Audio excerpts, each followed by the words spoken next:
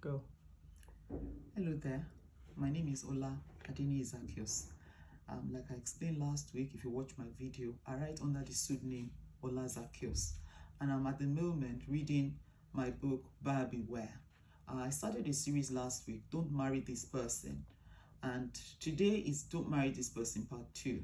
And I have two people I want to advise you to avoid dating at all, or you speak to your children to avoid dating them, because it usually doesn't end well if you date these kind of people. The first person I'm going to talk about is a person I wrote in the book as the victim. The victim. Everyone is against him. The victim sees an enemy in every corner. He has a victim mentality and feels oppressed and at the mercy of others.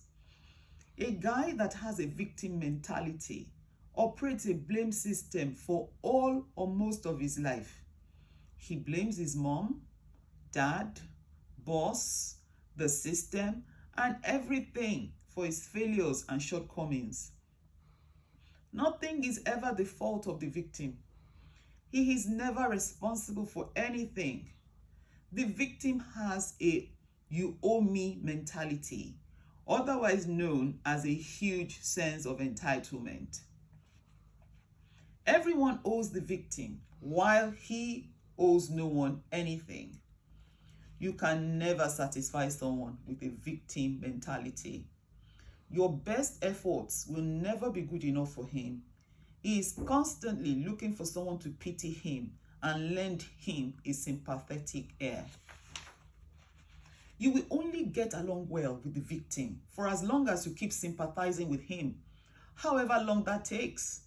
Once you decode him, and God help you if you could only decode him after marriage, once you decode the victim, you will lose the love and affection of the victim, and it will replace you with the next sympathizer.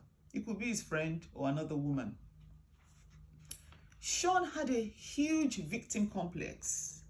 When he was younger, he was aggrieved with his mom and dad over some issues. Over the course of time, he got married to Rachel. But Sean's victim complex meant that nothing and nobody could satisfy him. He ended up leaving Rachel despite the huge sacrifices and financial investments she had made on his behalf. Sean consistently let down his family, parents, and siblings because of the huge victim mentality he carried around with him. The second person I'm going to talk about is someone I titled The Dreamer. When I was a teenager, I loved to listen to a song by the late country singer Kenny Rogers. The song says, "Don't fall in love with a dreamer." There are guys and ladies out there in the dating market that are dreamers. Do not marry anyone that is not in any profession and does not have a profession he or she is working towards. If he despises any form of organized profession, trade, or vocation, then know that it will trouble you throughout the duration of your marriage. A real man or woman should not despise any legitimate means of earning a living. If he is too high-minded to be an accountant, teacher, plumber, builder, etc. now, but would rather spend his time chasing non-existent contracts, you need to view the relationship with extreme caution. There is dignity in every labor and profession. A guy or lady that despises work but will rather chase dreams will make the life of his or her future spouse miserable. I had a neighbor years ago called Dave. Dave was a young man who did not finish secondary school. He also did not learn any trade or vocation. He was both a smooth talker and a dreamer.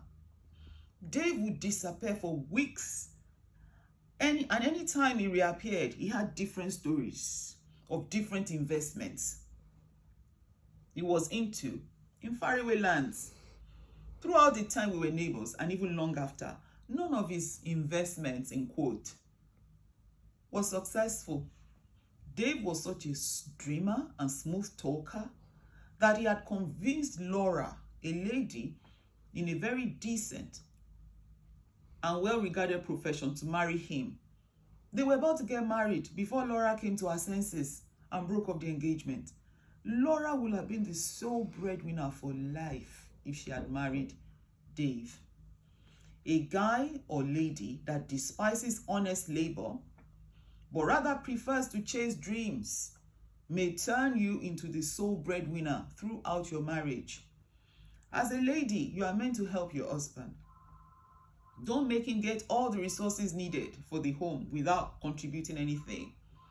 Guys, you need to be the man and provide for your families. Excuses don't buy diapers and pay the rent. Don't have your head in the clouds. Be grounded and work hard so that your family is not forced to beg. Thank you for listening. And like I said last week, I don't have a gender bias. Any of these sexes could fall into this category we've been talking about. And I also want you to know that I just changed the names for secrecy. These stories are true life stories. Once again, thank you for listening. See you next time. Bye.